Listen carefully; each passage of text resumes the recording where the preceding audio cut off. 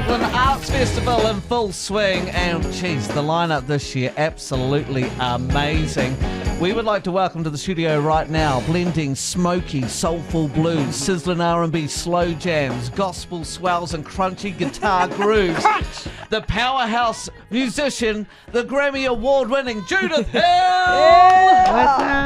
What's up? Did you like that intro? I did. That was pretty awesome. It was A when little you hype said, man. yeah, crunchy. When you said crunchy. Crunchy was, yeah, that's the You word. got the crunch. I love that. Welcome to Aotearoa. It's your first time here. We are so grateful that you have come to the country. So in our language we say no mai, haere mai. No mai ki tēnei whenua o tātou, te whenua ukai pō o tēnei takiwa, no reira no mai. Welcome. Thank you. So happy to be here. So happy to be here. And you're pretty much straight off a flight, and we've Yep. managed to rope you in here in the morning. How are you feeling ahead of the couple of shows this weekend? Oh, I'm really excited. My first time here in New Zealand, and so I'm ready to rock and roll, man. Yeah. And your band that you've got, your mum and dad are in the band, correct? Yep, that's correct.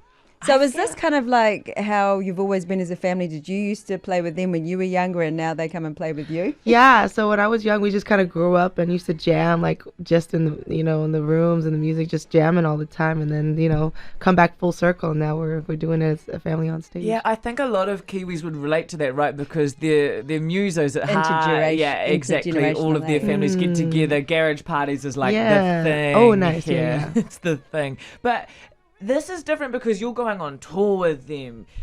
What is it like truly working with your mum and dad and going on road with them?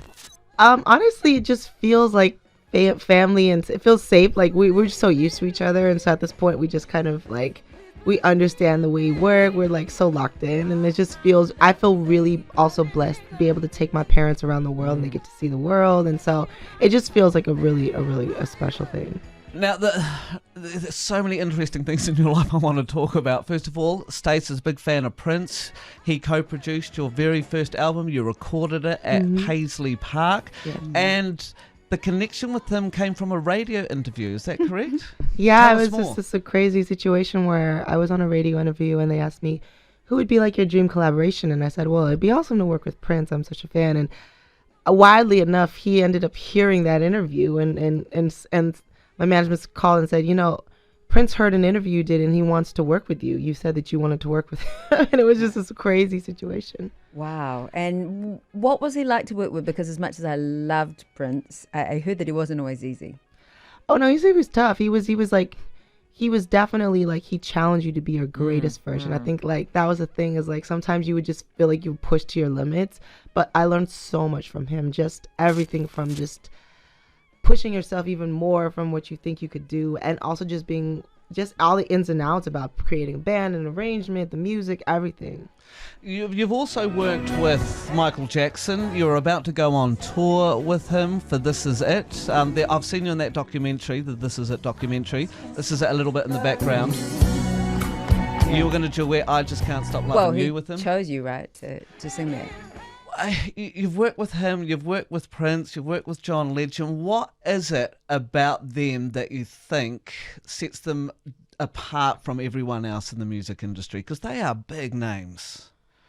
Well, yeah, I feel like, what the thing that really struck me about just working with them is just there's this level of like magic and storytelling that transcends not just the music, but it's like the world, the universe that they build around it, and sort of like this ecosystem where people exist and they're transcending and bringing this kind of inspiration, otherworldliness to it, in which I find that to be so the most like inspiring thing about like Michael was like he created this real like this universe, and Prince the same way in a different way, but I look at them and I just really take away so much from that.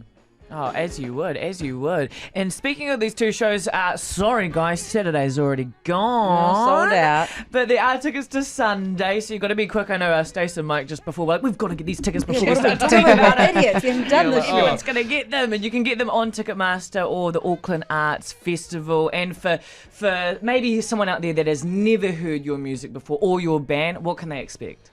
Well, they're going to experience kind of like a psychedelic funk, soul, and rock and roll experience. It's just going to be all the good stuff. You know, I'm a root singer, I'm a soul singer, and I love to allow my voice to exist in funk, soul, and rock and roll. I'm so excited for you. Woohoo, New Zealand, we better bloody clap our hands and scream. That's right. Bloody clap our hands. Yeah.